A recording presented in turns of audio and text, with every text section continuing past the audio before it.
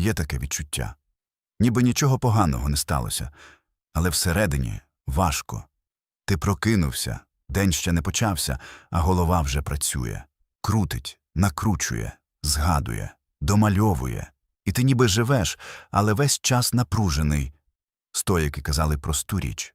Нас ламають не події, а те, що ми в голові з ними робимо. У цьому відео 9 уроків, які допомагають перестати воювати з власним розумом і повернути собі ясність. Якщо це про тебе, напиши в коментарях слово «ясність». Постав вподобайку, підпишись на канал і давай почнемо. Урок перший. Більшість людей навіть не усвідомлюють, у який момент вони втрачають контроль. Це відбувається не тоді, коли стається щось серйозне. Це відбувається вмить, коли ти автоматично погоджуєшся з думкою, яка з'явилась у голові. Розум працює швидше, ніж ти встигаєш помітити. Він кидає фразу, образ, підозру, і якщо немає внутрішньої дисципліни, ти миттєво приймаєш це за правду. Саме тут і народжується тривога. Стоїки були жорсткими реалістами. Вони не намагались зробити розум добрим або позитивним. Вони навчились не довіряти йому автоматично. Епіктет прямо говорив: між подією і твоїм станом завжди є судження. І якщо ти не втручаєшся, це судження формується без тебе. Подумай про це тверезо. Одна й та сама ситуація для різних людей викликає різні реакції. Отже, проблема не в ситуації. Проблема в тому, яке значення ти їй надав. Розум має одну небезпечну особливість. Він не просто описує реальність. Він додає припущення, а потім видає їх за факти. Повідомлення не прийшло – значить щось не так. Людина мовчить – значить ти зробив помилку. Невизначеність – значить попереду загроза. Це не аналіз. Це звичка. Стоїцизм починається з відмови жити на автопілоті. Перший крок – помітити момент, коли думка хоче стати рішенням. Стоїк не запитує, чи це правда. Він запитує глибше, чи маю я підстави приймати це зараз. Це фундаментальна різниця. Ти не зобов'язаний відповідати на кожен внутрішній запит. Ти не зобов'язаний пояснювати кожне відчуття. Ти не зобов'язаний шукати сенс у кожному імпульсі. Уяви, що твій розум – це зал суду. Думки – це свідки. Але більшість із них – чутки, домисли і страхи. Стоїк не виганяє свідків, але він не виносить вирок без доказів. Практика виглядає так. Коли з'являється тривожна думка, не сперечайся з нею і не заспокоюй себе. Це пастка. Замість цього зроби паузу і внутрішньо скажи: «Я це почув, але рішення зараз не буде». Ця фраза повертає владу. Вона не знищує думку, вона позбавляє її статусу істини. Більшість людей втомлені не тому, що думають багато, а тому, що вірять у все, що думають. Коли ти перестаєш реагувати автоматично, розум починає змінювати поведінку. Він більше не отримує миттєвої уваги. Паніка не винагороджується. Драма залишається без глядачів. Саме так з'являється перший рівень внутрішньої свободи. Не ейфорія, не спокій як емоція, а спокій як чіткість. Ти більше не живеш усередині кожної думки. Ти стоїш поруч і дивишся, і тільки після цього вирішуєш, чи варта вона твоєї енергії. Без цього уроку всі інші марні. Бо стоїцизм починається не з контролю світу, а з контролю згоди всередині себе. Урок другий. Є ілюзія, у яку люди вірять роками. Здається, що якщо тримати все під контролем, тривога зникне. Що якщо передбачити, перевірити, продумати, стане легше. Але відбувається протилежне. Чим більше ти намагаєшся контролювати, тим сильніше стискається розум. Стоїки помітили це давно. Вони бачили, що більшість страждання народжується не з втрат, а з боротьби з тим, що не піддається керуванню. Людина хоче контролювати реакції інших, хід подій, результат, майбутнє.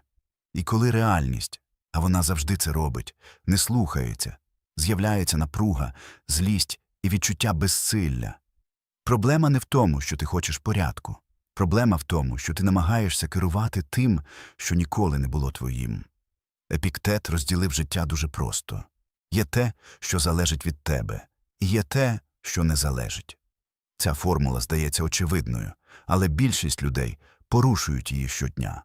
Твоя позиція залежить від тебе. Твоя дія залежить від тебе. Твій вибір залежить від тебе. Але поведінка інших – ні. Обставини – ні. Темп життя – ні. І що робить людина без стоїчної дисципліни? Вона витрачає сили на другу категорію, на те, що не піддається впливу.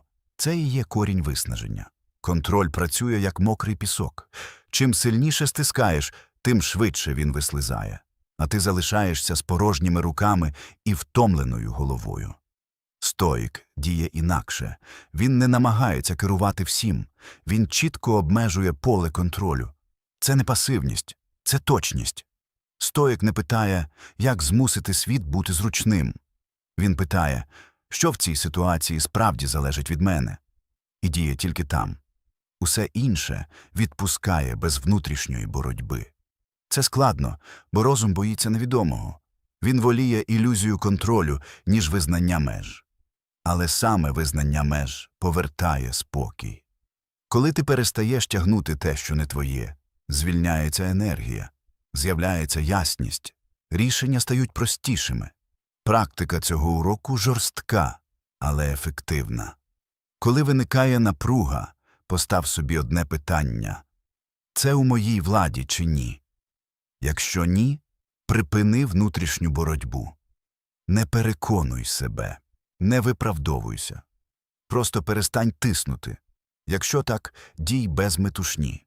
Стоїки казали, людина страждає не тому, що мало контролює, а тому, що намагається контролювати зайве. Контроль не робить тебе сильнішим. Сильнішим тебе робить чітке розуміння меж. І в момент, коли ти перестаєш боротися з реальністю, реальність перестає здаватися ворогом. Ти більше не тримаєш світ на плечах. Ти стоїш у ньому рівно. І саме з цього стану починається справжня внутрішня сила. Урок третій. Є стан, який сучасна людина переносить найгірше. Це не біль, не втрата. І навіть не поразка. Це невизначеність. Коли немає чіткої відповіді. Коли не зрозуміло, що буде далі. Коли немає гарантій, дат і точного плану. У цей момент розум починає панікувати. Він вимагає ясності. Він хоче знати наперед. І якщо не отримує відповіді, вигадує найгірший варіант. Стоїки бачили в цьому не проблему світу, а слабке місце людського мислення. Розум плутає дві речі – безпеку і передбачуваність. Йому здається, що якщо все відомо наперед, то загрози не буде. Але життя ніколи так не працювало. Невизначеність – це не помилка системи, це її базовий стан. І той, хто не здатний її витримати, стає заручником тривоги. Подумай чесно. Найважливіші події твого життя рідко були частиною чіткого плану. Вони з'являлись раптово, через ризик, через крок у невідоме. Стоїки називали це просто «життя не зобов'язане бути зрозумілим наперед». Марко Аврелій писав, що мудра людина не боїться майбутнього, бо довіряє власній здатності зустріти його. Зверни увагу, не результату, а здатності реагувати. Ось де головний сув. Тривожна людина каже, а що, якщо все піде не так? Стоїк каже інакше, навіть якщо піде не так, я зможу з цим упоратись. Це не самонавіювання, це тверезий розрахунок. Ти вже пережив складні моменти, ти вже проходив через страх, втрати і невдачі, і ти все ще тут. Але розум про це забуває. Він постійно малює майбутнє, ніби ти там безпорадний. Стоїчна практика полягає в іншому – не вимагати від життя гарантій, а зміцнювати власну внутрішню опору. Невизначеність лякає лише тоді, коли ти не довіряєш собі.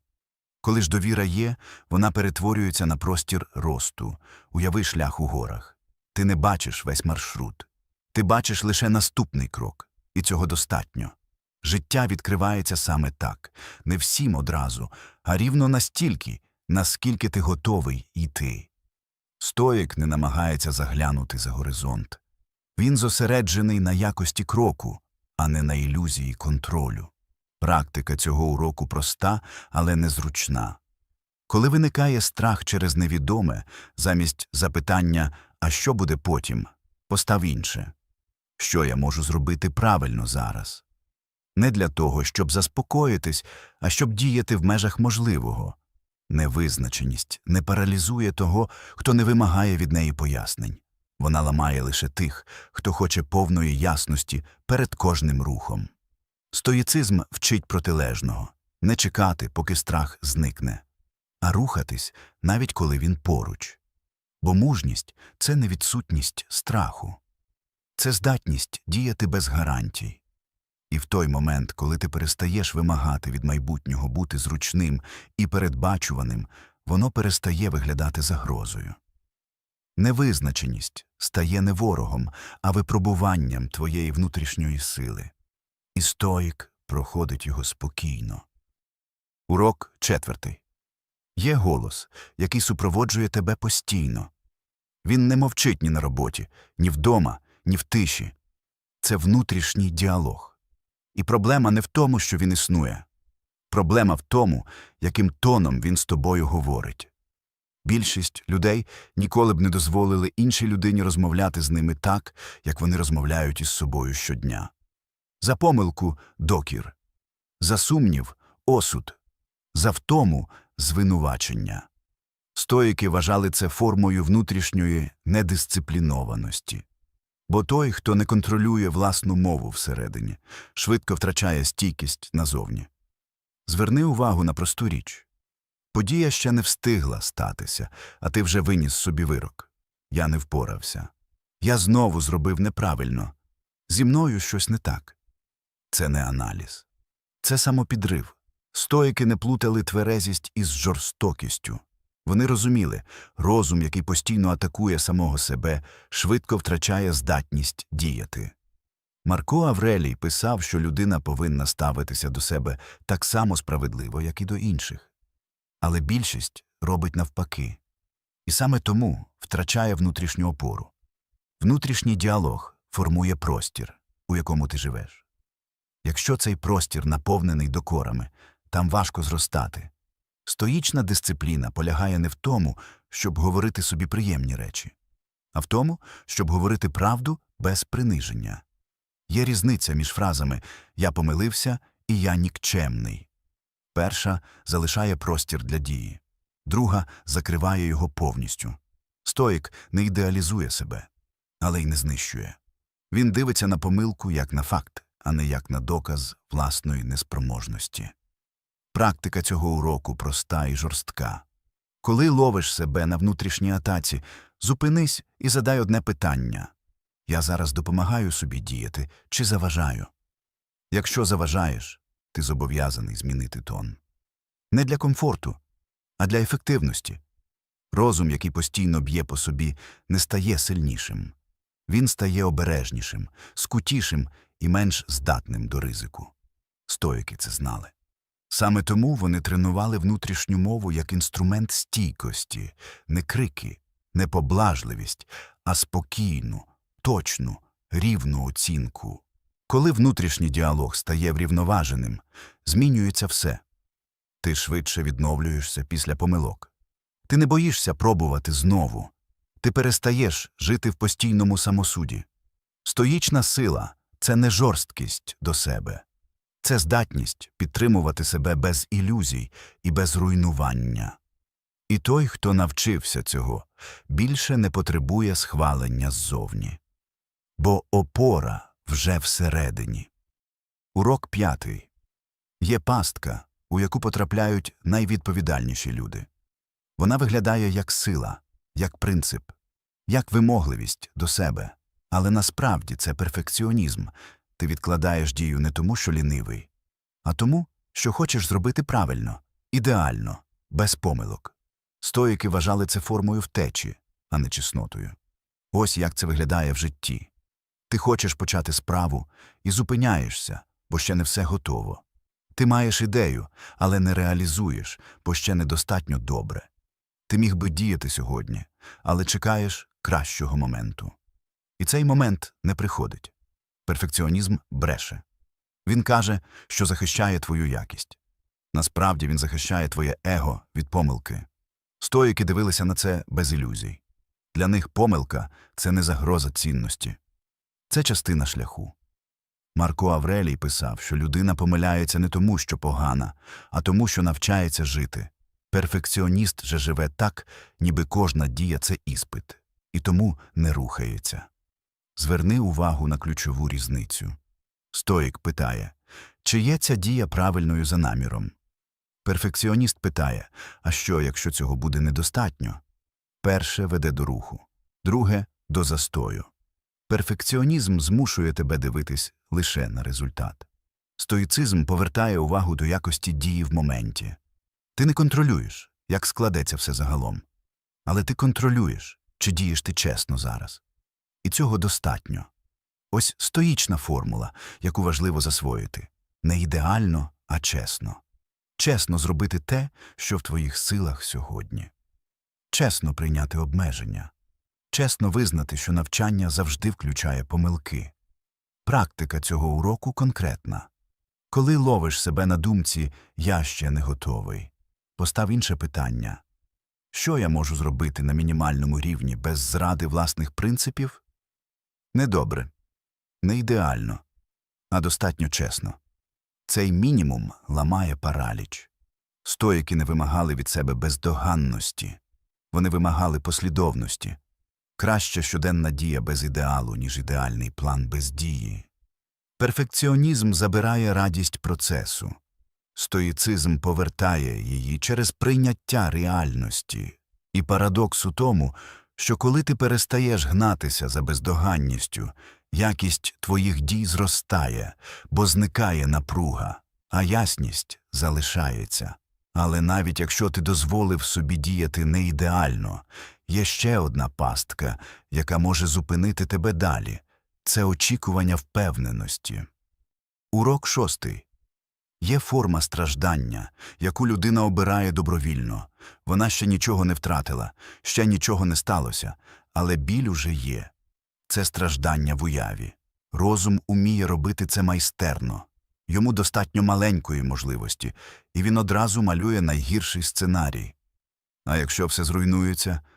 А якщо я не впораюсь? А якщо втрачено назавжди? Стоїки вважали це однією з найнебезпечніших звичок мислення. Бо тут людина платить за біль двічі. Спочатку в голові. Потім, якщо щось справді трапляється, у реальності. А найчастіше другий раз навіть не настає. Подумай тверезо. Скільки разів ти переживав ночі тривоги через події, які так і не відбулися? Розум називає це підготовкою. Але це неправда. Це не підготовка, це виснаження. Епіктет прямо говорив, не додавай до теперішнього болю страждання, якого ще не існує. Але людина робить саме це. Вона переносить майбутній страх у теперішній момент і живе так, ніби катастрофа вже сталася. Стоїцизм різко відрізає цю звичку. Він не запитує, а що, якщо буде погано? Він ставить інше питання. Це відбувається зараз? Якщо ні, ти не маєш підстав страждати. Це не заперечення ризиків. Це відмова жити у вигаданій реальності. Розум плутає уяву з фактом. Тіло реагує так, ніби небезпека реальна. І ти виснажуєшся ще до того, як щось вимагає сили.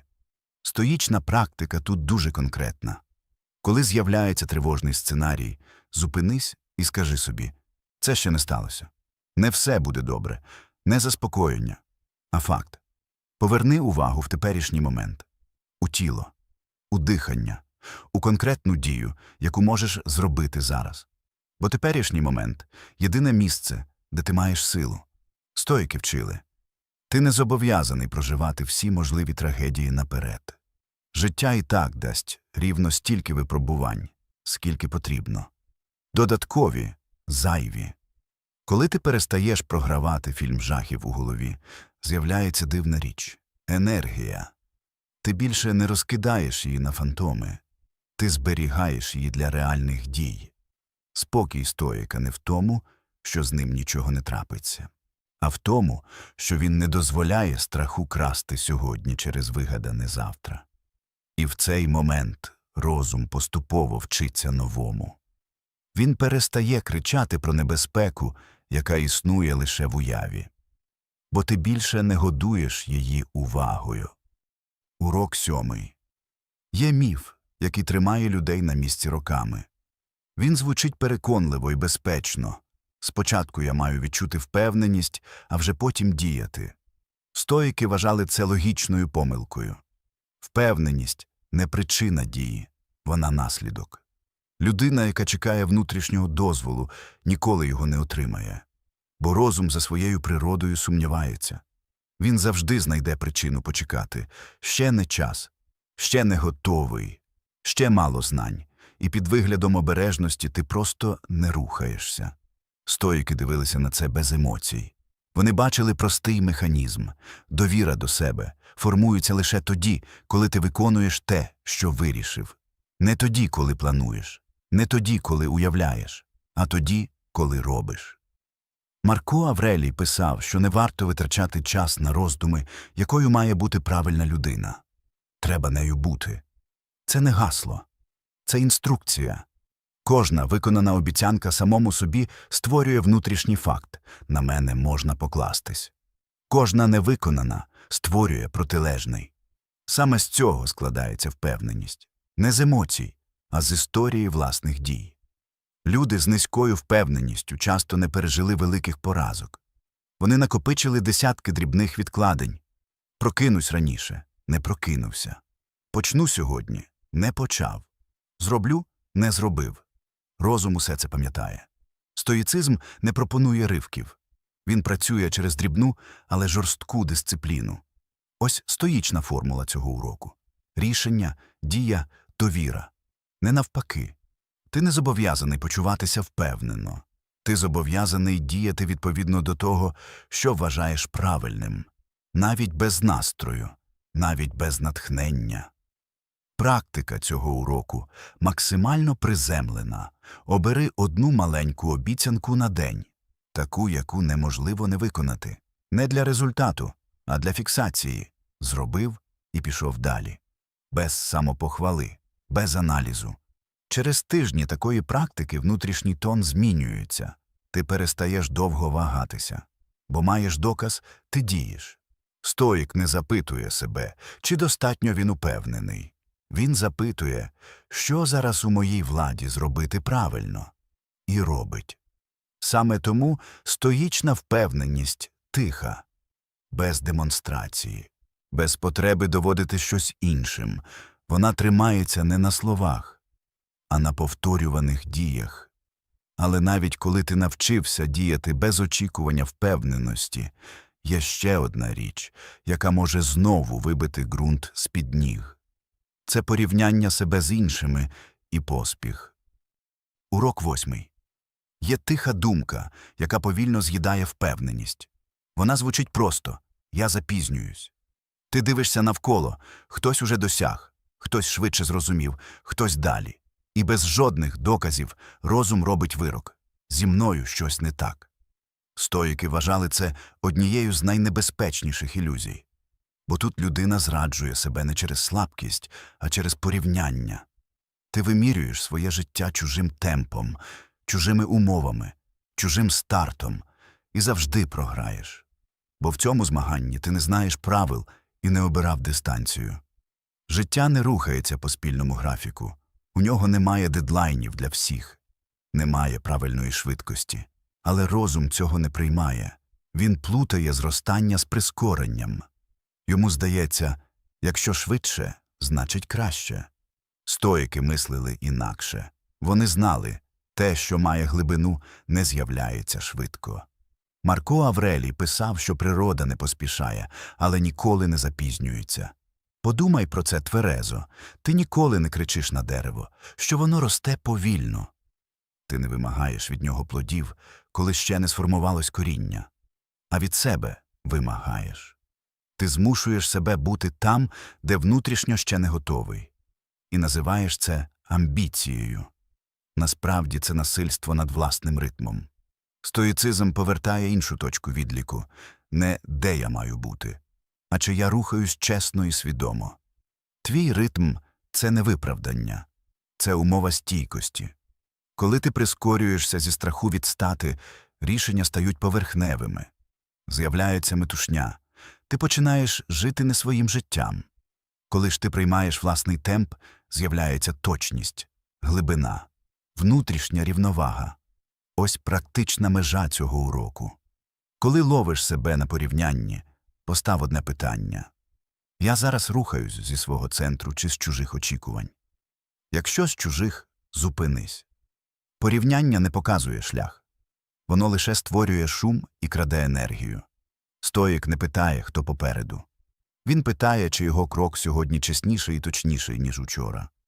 І цього достатньо. Життя не карає за повільність. Воно карає за втрату себе. Коли ти перестаєш змагатися з уявними суперниками, з'являється полегшення. Ти більше не біжиш, щоб довести. Ти йдеш, бо знаєш напрямок. І саме в цьому стані народжується те, що стоїки цінували найбільше – спокій. Але спокій – це не слабкість і не втеча. Це форма сили, і саме про неї останній урок. Урок 9. Світ навчив людей дивні речі. Якщо ти швидко реагуєш, ти сильний. Якщо відповідаєш різко, ти впевнений. Якщо постійно напружений, значить тримаєш ситуацію під контролем. Стоїки вважали це небезпечною ілюзією. Напруга – не сила. Швидка реакція – не контроль. Гучність – невпевненість. Справжня сила проявляється в моменті, коли ти можеш зреагувати, але обираєш не робити цього одразу. Подумай тверезо. Коли ти злий, схвильований або наляканий, ти не стаєш ефективнішим. Ти стаєш передбачуваним, тобою легко керувати. Словом, поглядом, провокацією. Саме тому стоїки так цінували спокій. Не як емоцію, а як стан внутрішнього суверенітету. Марко Аврелій писав, що жодна подія не має влади над тобою, доки ти сам не дозволиш їй керувати твоїм станом. Коли ти спокійний, ти бачиш ситуацію ширше. Ти не зливаєш енергію на імпульси, ти дієш точно. Спокій – це не байдужість. Це здатність не втрачати себе, коли зовнішнє намагається втягнути тебе в хаос. Людина без спокою реагує на кожне слово, на кожен жест, на кожен подразник. Стоїк обирає. І в цьому його перевага. Спокій не означає, що тобі все одно. Він означає, що ти не дозволяєш зовнішньому визначати твою внутрішню позицію. Стоїки не намагались заспокоїти світ. Вони робили інше. Вони наводили порядок у собі. І цього було достатньо. Ось практична межа цього уроку. Коли виникає імпульс, одразу відповісти, захищатись, доводити або нападати. Зроби паузу. Не для слабкості, а для сили. Запитай себе, я зараз реагую автоматично чи роблю вибір? Якщо автоматично, зупинись. Ця пауза і є спокій. Людина, яка володіє паузою, володіє ситуацією. Вона не підживлює конфлікт. Вона не витрачає енергію даремно. Вона не віддає кермо випадковим подіям. Вона проходить крізь них. І саме тут стоїцизм доходить до своєї фінальної точки. Не в контролі світу і не в униканні болю, а в контролі власного стану. Хто володіє собою, того важко зламати. І це не гучна сила. Це тиха, але найнадійніша форма стійкості. Якщо звести все сказане до одного принципу, він звучить просто. Ти не зобов'язаний реагувати на все, не зобов'язаний усе контролювати, не зобов'язаний усе знати наперед, але ти зобов'язаний бути уважним до того, що відбувається всередині тебе. Стоїцизм – це не втеча від життя. Це вміння жити, не розриваючись від власних думок. Якщо цей шлях тобі відгукнувся, напиши в коментарях фразу «Спокій – моя сила». Так ти зафіксуєш для себе цю точку опори. Постав вподобайку, якщо хочеш більше таких глибоких стоїчних розборів. І підпишись на канал «Стоїцизм у дії». Тут ми не заспокоюємо ілюзіями. Тут ми вчимося мислити тверезо і жити стійко. Побачимось у наступному відео.